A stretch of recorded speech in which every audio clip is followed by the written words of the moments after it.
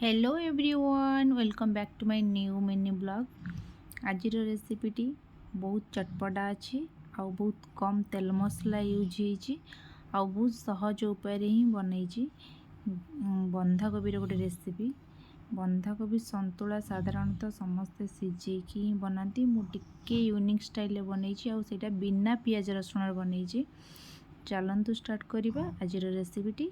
प्रथमे बंधाकोबी को एमती चोपा छड़ेकी तार ऊपर चोपाटा गोटे काटी नेबे। काटी नहीं सरू सरू करके काटी नेबे बंधाकोबी को। तापर आलू को एमती टिके बड़ बड़ करके टिके बड़ आलू नेबे और एमती बड़ बड़ पीस करके आलूटा को काटी नेबे।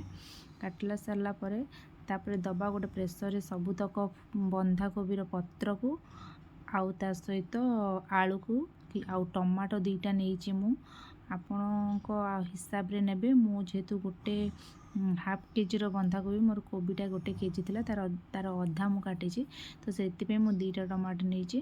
टमाटो टी अधिक पकईले ये भल टेस्ट लगे तो से हिसाब रे आपण टमाटो नेबे। ता सहित किछि लुण पकईकी एमती ताको कभर करिकी गोटे सीटी आसीबा मीडियम फ्लेम रे गोटे सीटी आसीबा जाए ताको कुक कर देबे। एबे बंधाकोबी सिझी जाइए। तापर एबे तार मसला प्रस्तुत करवा चलतु। प्रथमे कड़ाई रे दबा किछि तेल। कड़ाई तेल टिके ताती आसला परे तापर दबा किछि जीरा फुटई दबा और किछि भुसुंग पत्र। जीरा भुसुंग पत्र हे आसला परे मु सेठी टिके अदा छेचा देइछि जोटा कि वीडियो रे स्किप हो जाइछि। ता सब बेसिक मसला जहाँ धनिया गुंड जीरा गुंड और लंका गुंड देकी ताकू टिके एपट सेपट करी चलै देबे। तापर एबे सिझे रखिथिबा बंधाकोबी को देगी ताकू टिके एपट सेपट करी आउ थरे चलै देबे। चलै देकी टिके हल्का पानी दे देबे।